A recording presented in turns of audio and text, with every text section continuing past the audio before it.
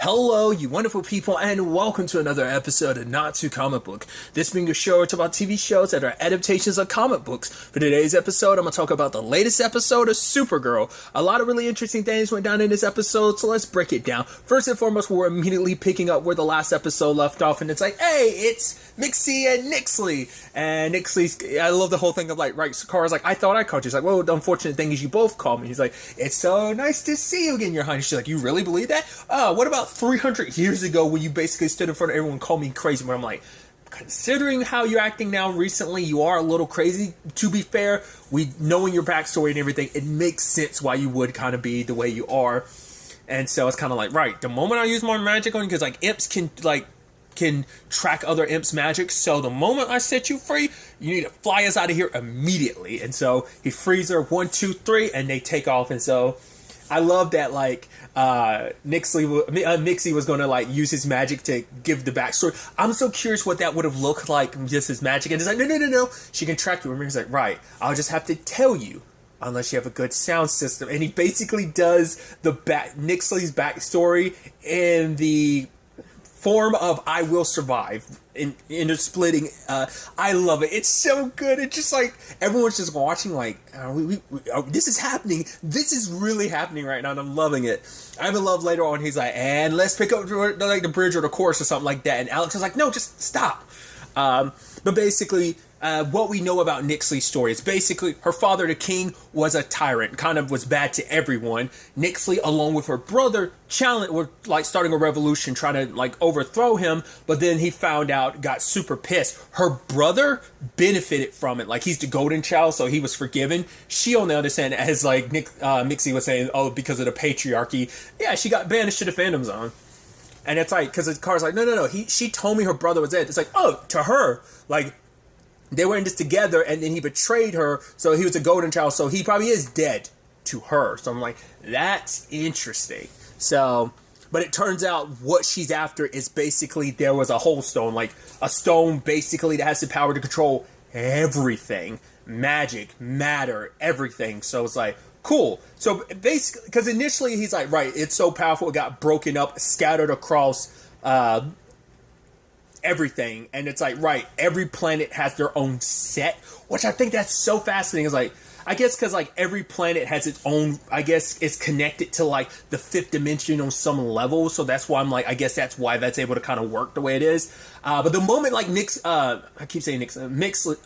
like started like referencing like what these different like totems are, which immediately you hear totems, you think of like, oh yeah, the different totems for with Zari and Amaya and everything. So like that, like, you know, the whole Vixen situation, but along with Zari and Virad. So you kind of think along those same lines. But I started thinking that now. But initially, when you heard them listed off, I'm like, sounds a lot like the Paragons. It's like, it seems like it's not just people; it can be things that represent each one. There's parallels because there's truth, love, courage, destiny, and stuff like. So I think the only one that wasn't there was like Dream isn't one of them, like, to my recollection. So I was like, oh, that's interesting. I just find it interesting that there's a parallel to that. Like, huh? So every world has like their own version of it. But once you bring them all together, and then immediately, so that was, like I said, that was my initial thought was like, oh, the Paragons. But I was like, oh, it kind of sounds like they're gathering the Infinity Stones, and it's like the power to kind of do everything. It's like, ooh, that's interesting. I mean, she's dead set on revenge, but like to get back at her dad, like I guess for her, it's like she's not strong enough, because going against her dad would mean going against everyone, and she just doesn't have the power to do it. So she's trying to gather all the power in the world so she can make the, like, you know, it's like she was hurt and betrayed. So, like, especially her story, it's like, I'm the hero of the story. I'm trying to take down this tyrant, and I got punished for it. My brother benefited from it. It's like, no, like, everyone turned their back on me, even though they knew how evil he was. I was doing the right thing. I was the hero of my story. It makes you wonder in some level, on some shape or form, is that why she's kind of like so pissed at Kara? Because it's like, you're supposed to be a hero too, and you betrayed me. Like, you know, the only, like, it maybe in her mind it's like the only true hero is me, because it makes you like, it's about getting revenge. But I'm wondering, is it about helping anyone anymore? Is it just gonna like, no, my dad did this to me, I'm gonna kill him, probably kill my brother too? Because it was even interesting, because even Mixie was like, yeah, you tried to destroy most of the fifth dimension. It's like, oh, so you were already like on some like world destruction stuff of like wiping out your entire dimension, stuff like that. But she was saying mainly it was the people who betrayed her. So once again, she comes off a little crazy, but at the same time, it's like considering her circumstances, also being locked up in the Phantom Zone for probably centuries and stuff like that. Of course, you're going to be a little like off kilter and stuff like that. But it's like, yeah, like she's so pissed at Kara betraying her. It's like, you betrayed Kara. You kept your intentions silent and quiet. But it's like, right, you pretty much making it clear that you're going to go potentially on a genocidal rampage. You know, so like, once again, very Thanos-like of you. I forgot what I was watching recently. Oh, I didn't even talk about it. Like Roswell, New Mexico, they made a reference to like Diet Thanos, which I'm like, God, it's so, you know, as someone who never read the comics and only knows Thanos from the movies, that's kind of crazy, I'm sure, for comic book people to be like, wow, Thanos is so mainstream now that, like, if you say the name Thanos, that's probably a villain, like, majority of people are like, oh, I know who that is. It's kind of an interesting thing to think about like that when it comes to, like, that superhero genre. But regardless, I'm going on a tangent and all that, but it's interesting. I even love that the fact is, like,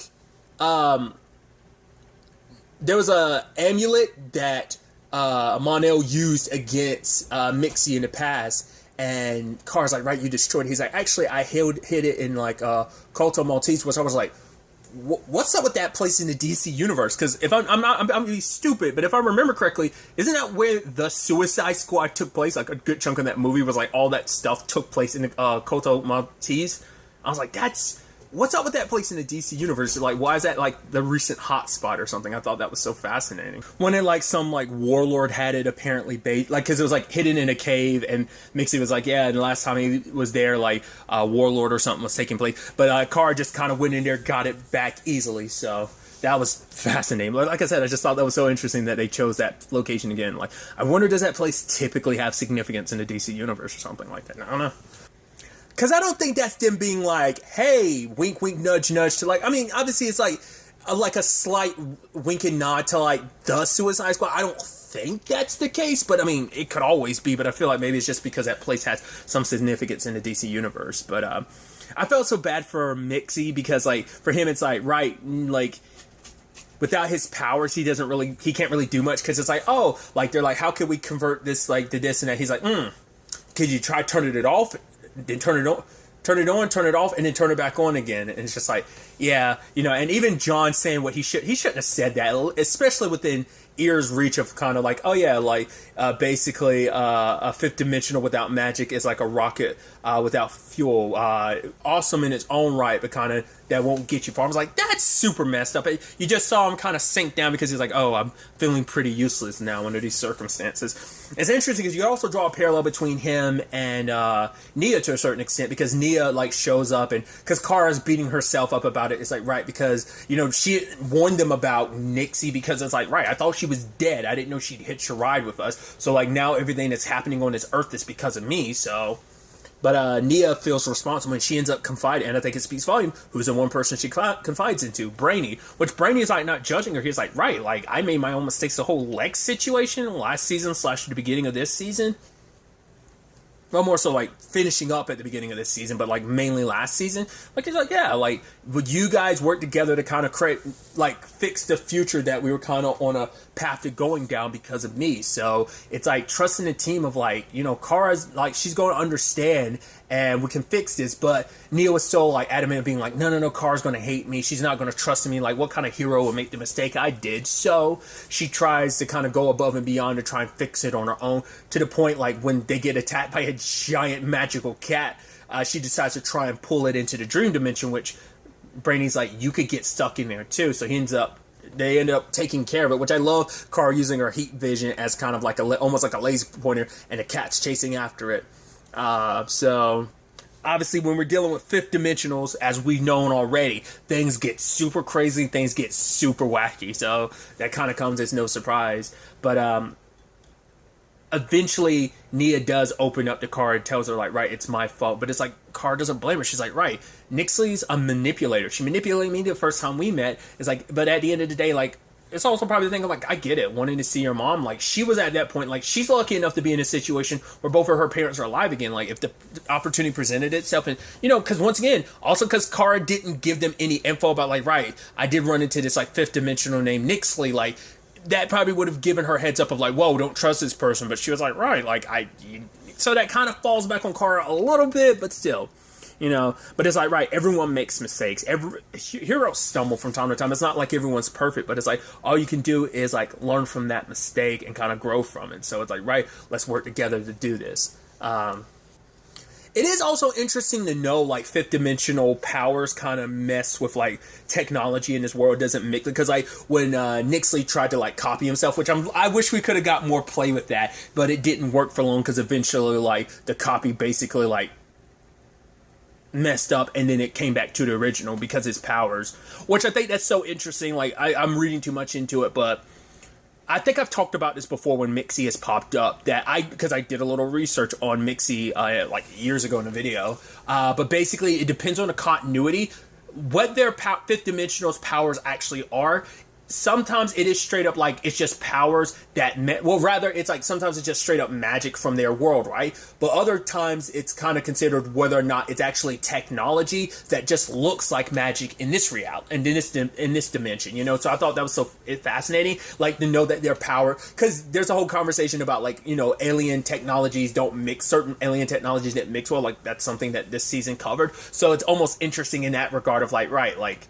It's almost playing into that, but I think they've always kind of kept it as like not straight up magic, not necessarily that it's technology, but it's so interesting knowing that inside of like, yeah, there's some continuities where they kind of lean into it more being, I don't know, because like I said, it was something I read years ago, but I don't remember if it's like a specific continuity thing that I think it's certain continuities treat it more like technology than rather straight up magic, but that was interesting, but his plan to copy himself did inspire Nia to decide, like, right, I'll be the one that gets close to Nixley, and then I'll slap this bracelet on her to basically seal away her fifth dimensional powers. And so, and I love, he's like, right, I trust in you to capture my entire je ne sais quoi. And I love that you hear John in the background. That actually hurt me. Here, I love like the off-camera commentary like that. But yeah, granted, once again, is the issue of the technology and the power not like coinciding. So Nixley finds out she's being tricked and she has a short temper. So like, right, she kind of runs, like she is planning to kill them with the kryptonite spewing dragon that she referenced early in the episode. That is interesting though. Like, it's like the whole thing of like, right, you can't kill anyone, but it's like she's just never been in a position to do it, but she's like, she will if she has to, because she's just so dead set on revenge that's like, oh, I'll even kill all of you if it means getting what I want, because her revenge means that much to her. I mean, especially when you consider the fact is so many people turned on her, but specifically it's like your father, you had every right to try and take him down, but also your brother. It's like your family's kind of super jacked up, which different people know about complicated families. I'm sure Brainy could tell you all about that with the whole Brainiac situation, but she ended up calling out Mixie because it's like, right, you were my friend at some point in time, but the fact of the matter is you made me believe that you were on my side and then you betrayed me like everyone else. And it's like, right, you think he's gonna like say like risk his skin to save you guys, and in actuality he did, because like to be fair, Mixie isn't the same Mixie that she knew back in the day. Like, he's changed too, and for him it's like, right, she's right, I let her down, I failed to save her, but I'm not going to fail to save you. I was like, oh, because considering everything they went through, him and Kara, like he's going, like, the last time they met prior to this, he had gone through some changes and stuff like that, so he was willing to sacrifice himself. Kara was trying to talk her down. Like, it's like, I understand your anger. Like, you don't have to do this. Like, none of us have to have our weapons up. But at the end of the day, Nixley was like, nope. And Kara was putting up the Phantom Zone projector. But Nixley stopped her and was just kind of like, no. Like, two basically is like two are better than one type of thing. So basically letting her get him, he was able to slap the cuff on her. So she doesn't have her power. Sadly, Mitch decides to help her out, even though she was like threatening him earlier. But it's like, right, like I've seen your power firsthand. It's so great and so amazing. Like you could basically make my life whatever. I don't know why you would ever trust her. She literally betrayed you before, and she made it clear like you shouldn't trust anyone. It's almost like you didn't learn your lesson. She's just going to use you to get what she wants. You think she's going to help? Oh, dude, you poor bastard. He's just so desperate. Not because he doesn't want his old life anymore. He wants something even better. But it's like, it's that be careful what you wish for thing of like, you know, and also be careful who you're dealing with. So we'll see how that kind of goes. But obviously, Kara's beating herself up the most because it's like, right, Mixie got captured. It's because I wanted to give her the benefit of the doubt. I always see the good in someone, and it's like, you know, Alex is like, yeah, it didn't work out this time, but you shouldn't let that kind of be indicative of looking for the good in everyone going forward. But it is just kind of like a thing of like, right, if they had used the Phantom Zone projector initially, but even Mixie had said like, even if you had left her in the Phantom Zone, she would have eventually found her way out. Like, he never really went in and explaining that, but I guess it's like, because maybe her dad's very good at that type of stuff, so it like, I mean, I guess maybe it's just because in general, she's always been locked up before. Maybe like the Phantom Zone was the last end-all be-all of like prisons, because maybe she broke out of other prisons, so it's like breaking out of places has kind of always been like a knack for her. So maybe that's what that was kind of, because to my like, do correct me if I am wrong, but it didn't seem like Mixie ever really fully explained like what he meant by that. I mean, to be fair, she was almost finding a way out. Granted, she needed Kara's help, but given enough time, like, who knows what she would have been able to accomplish on her own. Granted, it probably would have taken a lot longer. She wouldn't have gotten betrayed by Kara, because she would have probably eventually got to that spot on her own. She just didn't know where to necessarily look without Kara and her dad's help. But regardless, I'm really interested to find out what these totems are and how they'll necessarily manifest themselves. That's definitely going to be interesting to see. But obviously, Nia has a dream about them, so it's like, right.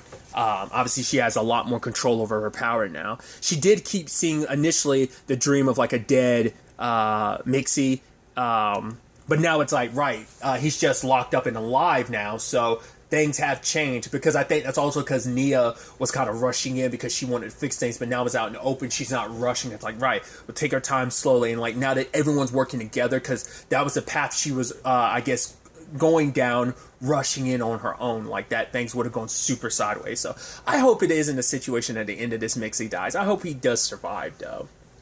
I am curious because they are like now leaning into Lena's things, which we'll get to in a second. I think there might be some parallel there, but we'll quickly get to it. Like, Lena gets help from Andrea to look into like her family situation. Like, she's a spitting image of her mom. It's like, oh, my mom has these two friends, and it's like, right, I'm gonna look into it. Maybe they'll have, like, the moment she shows up in town, people are like, I think it's so interesting. People are like, oh, Miss Luther. It's sad that her name as a Luther does so much better than her mom's maiden name and her mom's name in general. It's like, oh, the moment they brought up witch, I was like, wait, what? And I was like, oh, so wait, kind of an interesting time to throw this into Lena's story in like the final season about like there being like magic in her family and stuff like that. Because apparently like the other woman, like Peggy, was mad because it's like, oh no, like my mom died because of your mom. It's because like your mom murdered my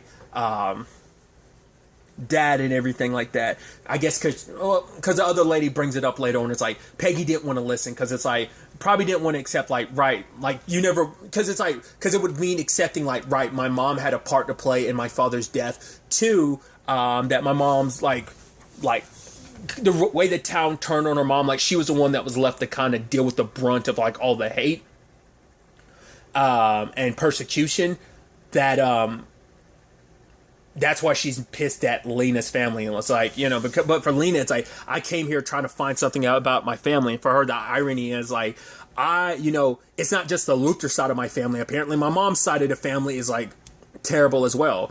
Cause she's only looking into her mom, like beyond that, like that's all she's focusing on. Cause her mom is what she like is missing. And but I guess maybe by looking into her mom, she is going to look into her mom's side of the family potentially, but it just seems like the main focus is just her mom itself, because that's a part of her directly that she doesn't know. She knows her dad obviously, but she doesn't know her mom at all. But obviously it seems like Lena has the potential for magic, which I think is interesting because it's like, right, we're going up against a fifth dimensional being. Lena, like, learning like what her craft is and stuff like that might be beneficial. That might be what they're setting this up to be, which I think is interesting in its own right because, like, Lena is a Luthor. Yes, she's not against Kara anymore. They're on the same side. They're besties again. But it's still interesting because, like, her having magic and, like, the Luthors and the Kryptonians having the relationship they've had. But the fact is that magic is one of the things that can hurt a Kryptonian, like, other than kryptonite and just someone having the raw superhuman strength to fight against a Kryptonian. Like, magic is a good weapon against them. So that's definitely going to be an interesting combination.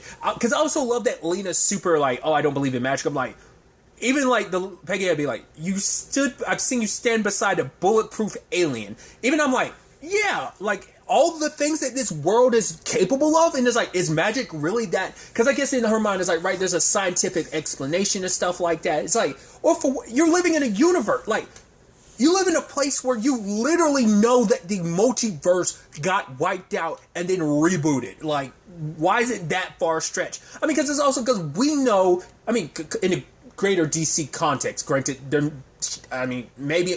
I guess because technically Smallville was a part of this continuity, and I know she was on Smallville. Zatanna exists in that multiverse continuity. Granted, it got rebooted, so that got wiped out, so, like, technically that might not count. But even aside from that, like, within the Arrowverse continuity, kicking it with the Legends was Constantine. Full-blown magic. I mean, then there's that whole fountain situation, but then you find out, like, the fountain itself is alien too, but it's kind of like alien magic, but then you find out it's actually a full-blown alien itself. So it's interesting, like, because there's a whole conversation about, like, right, like, science, like, because in Lena's mind, it's like, oh, magic is just science we haven't explained yet, but also it's, like, interesting because, like, because she said, like, there's no parallel with those crossover, and I guess it technically is true because the fountain isn't actually magic, it's actually just an alien being itself, so I guess it makes sense. It's fascinating, because, like, those two are, like, parallel lines that will never, like, cross, like, science and magic, even though they can. I mean, that's a fascinating thing about the DC universe, that there's plenty of, like, science fictional stuff, and then magic kind of runs rampant, you know, the more supernatural side of things, fantasy elements kind of run rampant in the universe as well. But it's interesting, though, because, like, the Arrowverse hasn't had to tackle it too much, aside from, like, the Constantine stuff. Arrow touched on it a little bit. I don't know if the Flash has really touched on it. Supergirl's only touched on it in the regards of, like, the fifth dimensional, so, like, it hasn't been, like, a widespread thing, like, because, I mean, specifically just using this show, for example, has leaned into the more science-fictional angle, so for them to decide, like, even in the final season, let's start throwing out full-blown magic, it's interesting. Like I said, specifically from this show, like I said, it's been out there in the universe, but, like, this is the first time this part of the universe has kind of really delved into it, so I think that's quite fascinating. But I am curious, like I said, see what that looks like when Lena does, because I think her interest has been piqued, because by understanding this magic, it probably will be another facet of, like, getting to understand and know her mom on some level. So, granted, I don't think that's going to go well, because, like the lady was saying, like, Peggy has no interest in listening, and she's probably going to be dead set on revenge to some extent, which immediately I also, like, seeing all three of them again, I'm like, just get...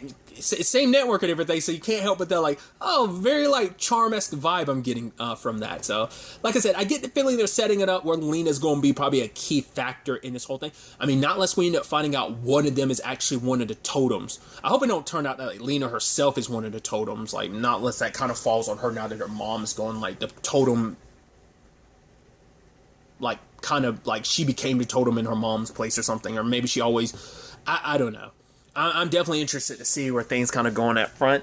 I'm also curious, like, will there be any more Lex for the rest of the season or not? Because I kept throwing that out there, but it's like, no, it seems like they might be just setting up Nixley to just be the final big bad of the season. I mean, will she be the big bad, or will Kara be able to talk her back? Because Kara's kind of dead set on being like, nah, bump that, like, she's too far gone, like, Mixie was kind of saying, so, like, no holding back now. So we'll see if Kara ends up, you know, changing her tune, because her belief in people, wanting to give them a benefit of doubt, has always been her greatest strength, and if she kind of loses sight of that, she loses a little bit of herself. So I'm curious to see if that ends up becoming an issue. I think next episode we're going to see, like, the aftermath, other side of things of like that building getting destroyed. Like it seems like that's going to be well, because they were talking about it this episode that Kelly was kind of dealing with that, the building getting destroyed by Nixley. So I think we're going to probably deal with even more of the aftermath of that next episode, which is going to be interesting potentially to see how that kind of got handled. I think we're going to, and definitely in that regard, I think we're going to be leaning in even more to Kelly's like rise to becoming the new Guardian and everything. So I'm very excited to see ultimately where all this ends up taking us going forward into the next episode. But really, that's all I want to talk about. Until the next time we meet, be happy, be safe, live life to the fullest, and enjoy it. Good day and goodbye.